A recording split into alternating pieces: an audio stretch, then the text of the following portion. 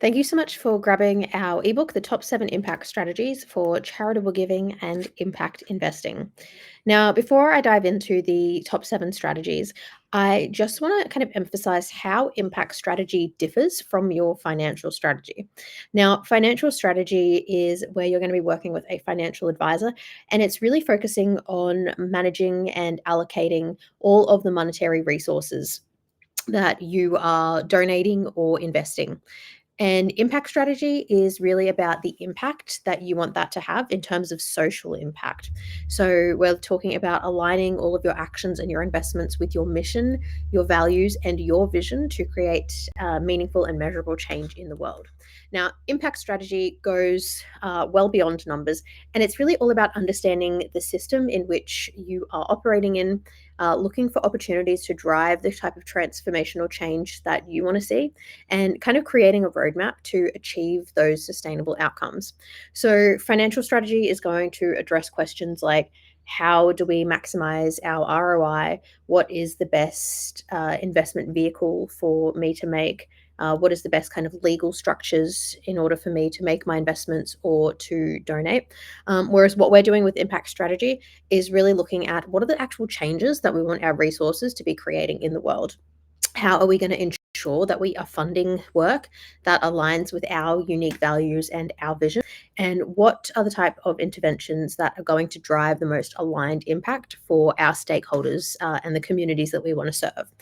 So, I truly believe that in order to create meaningful, lasting change right across the social change space, which is where I work, we also need to be including those like you who are funding impact work. So, I do a lot of work with organizations to work on their impact strategy and their theory of change. But the kind of gap that I've noticed is that we also need to be engaging people who are funding the work of change in these sorts of processes. So let's dive into the 7 top strategies.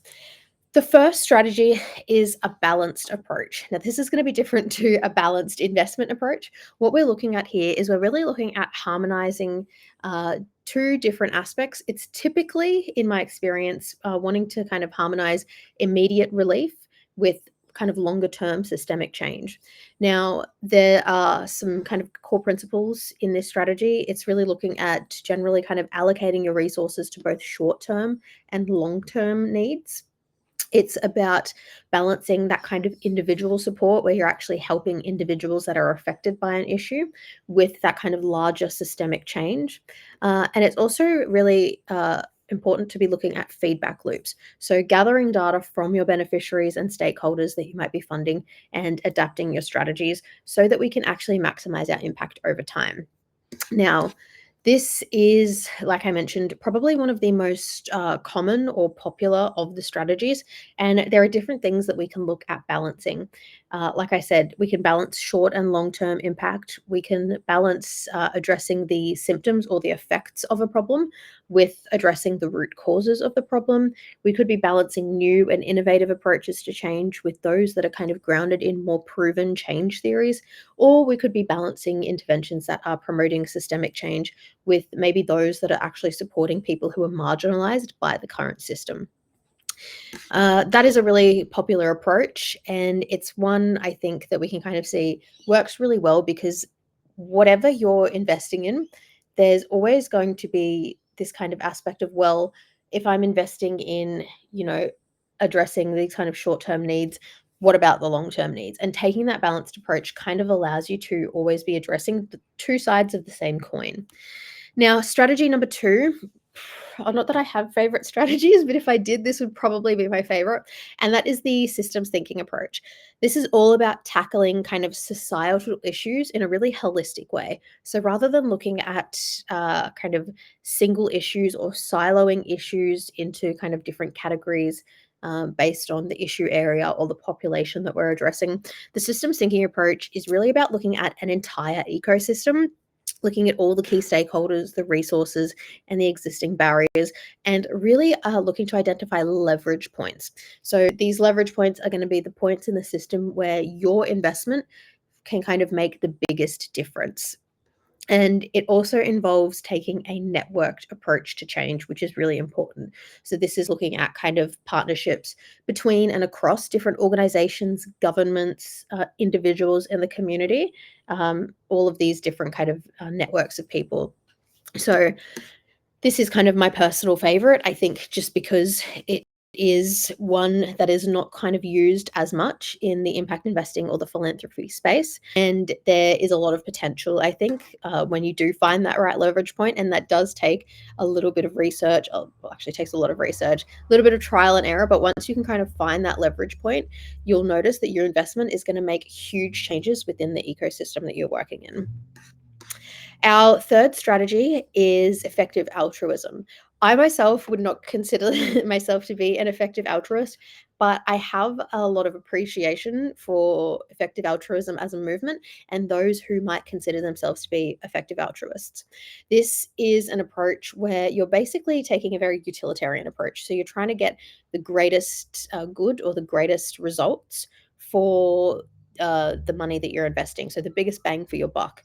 The challenge with effective altruism is that it relies on largely quantifiable results or impact. And the reality of social change is that a lot of the time it's not super tangible, it's not easy to measure, or we just don't have those mechanisms to measure them yet. As an example, empowerment has been incredibly challenging to measure for the last 30 years since it's really kind of become a key feature of development lexicon around the world. It wasn't until I actually committed 4 years of my life in my doctoral research to developing a framework to begin to measure empowerment across different contexts that there was actually kind of a framework to use. So, effective altruism is really relying on existing frameworks or existing mechanisms that can measure quantifiable impact. But if you are looking to be able to kind of trace the impacts that you're having with your money, this is a great strategy. I also think that taking this kind of strategy and maybe blending it with another strategy is also really great if you want to be able to make sure that a certain kind of portion of your portfolio or what you're funding is actually trackable and you can kind of tangibly see that impact that you're having. Our fourth strategy is what I like to call evidence informed innovation. So, this is really about being willing to kind of uh, invest your money or donate your money to those causes that are kind of on the precipice of innovation. So this is about kind of being willing to kind of balance that bold experimentation and having a commitment to evidence. So not only are you willing to kind of invest in new innovative potential solutions, but you want to make sure that you're investing in organizations or causes that can actually kind of do this experimentation and back it up with some data. This is a really great approach for end fundraisers. And it's one where having somebody on your who is experienced in theory of change and impact strategy can be really beneficial because a lot of the time, and particularly in the startup space, they don't have the same mechanisms to measure and assess impact as we like to have in the social impact space. And so, having somebody who's familiar with kind of being able to map and measure those changes is going to be really important if those organizations are maybe looking at different metrics to what you would consider to be important metrics for impact. They're probably going to be looking, particularly in the startup space, for metrics that are looking at the biggest, return on investment, looking at if they can generate new leads, new sales, whatever it might be. And you're probably more focused on the impact of what their services are actually offering to the community, which isn't going to be the priority for them. So, having someone on your team who is familiar with theory of change and impact strategy is going to be really important if you're wanting to invest in kind of that evidence informed innovation. Our fifth strategy is another popular one, and that is the intersectional impact strategy. So, here we are looking at kind of recognizing the interconnected nature of things like inequality and working to kind of center potentially marginalized voices in those strategies. So we're looking at taking an intersectional approach. Now, something to note about a good intersectional impact strategy is that it's not just about kind of box ticking and saying, oh, I'm investing in a cause or an organization that works with women. I'm investing in an organization that works with Indigenous people. I'm investing in an organization that works with people with disabilities. We want to kind of move beyond that because that's not really intersectional. That's just kind of saying I'm working with all of these different groups. What we want to be doing is we want to be looking at the impact that you want to have and looking at what an intersectional approach looks like for that particular issue area or that particular cause. So if you're really interested in, say, healthcare, we would want to be looking at what does an intersectional approach for healthcare look like for the community that you're wanting to work in and support, or for the particular health issue that you're wanting to focus on. So an intersectional approach is going to be very contextual.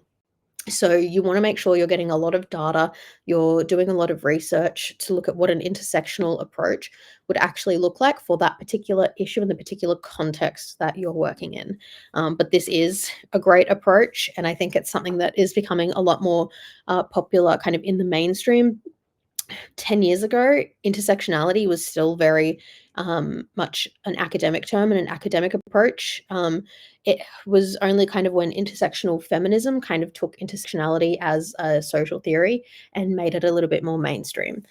But that is a really great strategy. Our sixth strategy is capacity building. This is also one that I think has become more popular in recent years, and it's really thanks to the work that organizations like Charity Water have done. And this is the capacity building strategy where we're looking at empowering the organizations and the people within those organizations rather than just funding the work that they're doing. And I think this is one that is going to, based on all of the data that I've seen, really ramp up in the next probably decade or so, realizing that good people doing good work need to be supported. And this is all about strengthening kind of the organizations that we're working with and the leaders within those organizations, making sure that our organizations are not only equipped with kind of like the bare minimums, but really giving them what they need to thrive. Because it's at the end of the day, if we want to change the world, we have to help people because it's people that change the world. And I think we're really seeing a trend where we're kind of shifting away from this idea that, you know, organizations and not-for-profit organizations need to focus on keeping their overheads to, you know, no more than like 10% of their kind of annual spending or revenue or whatnot, and really looking at saying, okay, what do we need to give this organization in order for them to have the most impact in their programs and their interventions? And so that is a impact strategy that is also gaining a lot of popularity, and one that I also personally love, obviously because of the work that we do at the School of Social Impact, offering training and education to grassroots change makers. Finally, we have our seventh strategy, which is the holistic issue specific strategy. So, if you're really passionate about a particular cause, this is about taking a really holistic approach to addressing that issue. Now, where this might differ, for those of you who aren't familiar with, say, a systems thinking a systems thinking strategy. A systems thinking strategy is going to be looking at the interconnections between potentially different causes. What we're looking at here is we're looking at just focusing on a specific cause that you might be passionate about, whether that is climate change, environmental sustainability, healthcare. It might be a particular health issue. It could be education, whatever it might be. And we're looking at taking a holistic approach. We're using our framework for social change that is kind of at the center of what we do at the Humanitarian Changemakers Network. We're wanting to make sure that we are supporting and investing in organizations and causes that are kind of focused on addressing all of the variables based on these two variables. So we want to be looking at addressing individual and collective change. So this is changes that affect people and the resources and supports that people need to thrive, as well as systemic changes. So changes to our social institutions and the rules and laws and structures and processes that make up a society, as well as informal changes, which are those changes that might be a little bit less tangible, a little bit less kind of simple to track and measure, and those more formal changes, which are the changes that we can kind of see. There's clear evidence of them. We can kind of record them and measure them qualitatively or quantitatively. So that is our holistic approach. So, those are our 7 different strategies. These are the top strategies that we've kind of seen over the past few years, and I think that these are the strategies that moving forward into the future are going to be the most popular ones that we continue to see. Again, often we see people kind of building their own strategy that kind of draws upon these, but these are kind of like the most common archetypal strategies or frameworks that we see in impact strategy when it comes to investing in people and resources to make change happen. So, if you're wanting to learn more, I would love to chat to you. Send me an email, book in a call. I would love to kind of get to know what your vision is and what you're kind of working towards, or the change that you're wanting to create as a philanthropist, a foundation, or a impact investor, and kind of looking at how we can build, whether that is just a theory of change to kind of guide you and help you make decisions, or whether that is a more comprehensive and kind of integrated strategy to actually help you carry out that theory of change. I would love to chat and learn more. If you were just looking for resources or tools or support, definitely reach out to me. We have a huge library of uh, educational materials and trainings that you can kind of dive into if you're wanting to maybe give this a go and DIY it yourself. That is also an option.